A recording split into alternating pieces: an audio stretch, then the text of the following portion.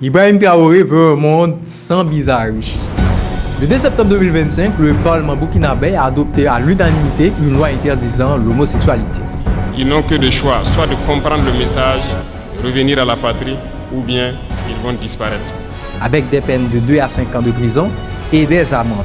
La grande innovation qui est l'interdiction des pratiques homosexuelles et assimilées, ainsi que les sanctions. La loi prévoit une peine d'emprisonnement qui va de 2 ans à 5 ans et des peines d'amende. Une décision qui aligne le pays avec plus de la moitié des nations africaines criminalisant l'homosexualité.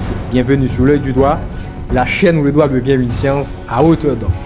Dans un article publié sur Le Monde, il est écrit « Ce projet de loi a été adopté à l'unanimité par les 71 membres non élus de l'Assemblée législative de transition qui fait office de parlement depuis la prise de pouvoir de la junte militaire. Cette dernière est dirigée par le capitaine Ibrahim Traoré, 37 ans, arrivé à la tête du pays par un coup d'État en septembre 2022. Il mène depuis une politique souverainiste et hostile à l'Occident dont il critique notamment certaines valeurs. Le ministre de la Justice burkinabé, Edaso Rodrigue, a qualifié les actes homosexuels de comportement bizarre, affirmant que cette loi reflète la valeur traditionnelle du mariage et de la famille au Burkina Faso. Et si la personne qui est auteur de ces pratiques homosexuelles est assimilée, nous disons bien assimilée, même tous les comportements bizarres, si on le sent, vous allez passer devant le juge. Et si, en cas de récidive, si on le sent, vous allez être, si vous n'êtes pas de nationalité burkinabé, vous allez être conduit purement et simplement aux frontières. Cette décision a suscité des critiques de la part des organisations de défense des droits humains qui craignent une augmentation de la discrimination et de la violence envers les personnes LGBTQ. Le contexte haïtien.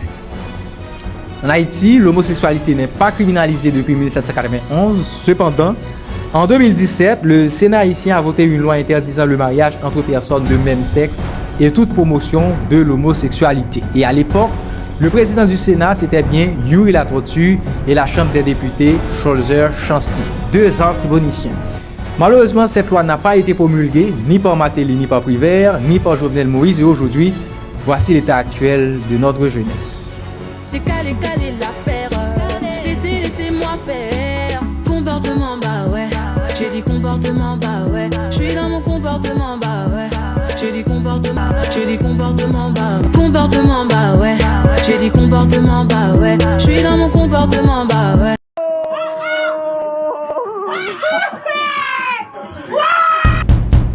Défis et perspectives. La criminalisation de l'homosexualité soulève des questions complexes sur l'équilibre entre les traditions culturelles et les droits humains. En Haïti, il serait peut-être temps d'engager un dialogue ouvert et respectueux sur ces questions sensibles, en se demandant entre citoyens responsables et engagés si une loi similaire à celle du Burkina Faso ne serait-elle pas bénéfique au même titre pour Haïti.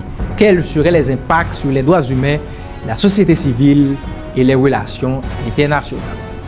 Avantages et inconvénients pour Haïti. Une telle loi protégerait les valeurs morales haïtiennes et limiterait l'influence étrangère en punissant les comportements bizarres, pour citer le Premier ministre burkinabé. Ce serait une loi qui garantirait aussi la stabilité familiale, cela calmerait les tensions sociales dans un contexte où une large majorité de la population est très hostile à l'homosexualité. En ce qui concerne les droits humains, pour être humain, il faut être un homme ou une femme. Il n'y a pas de troisième catégorie. Mais j'ai entendu parler d'une troisième catégorie, sans nom, sans identité, qu'on se plaît à appeler l'autre. On s'en fout de savoir ce que c'est, parce que pour moi, l'autre, ça peut être un animal ou une chose. Mais pour ce qui concerne les relations internationales, Haïti connaîtrait des sanctions diplomatiques, pour ne pas dire un isolement diplomatique complet et une forte mobilisation de la société civile occidentale, qui se constituait d'une vague de protestations, pétitions et campagnes de la part de cette société occidentale dépravée à travers des artistes, des ONG, des prétendus intellectuels qui seraient bien payés pour appeler à boycotter Haïti ou suspendre toute aide internationale. Comme si les aides internationales servaient à autre chose que de faire des grands titres pour les médias de propagande. Merci d'avoir suivi cet épisode sur l'œil du doigt.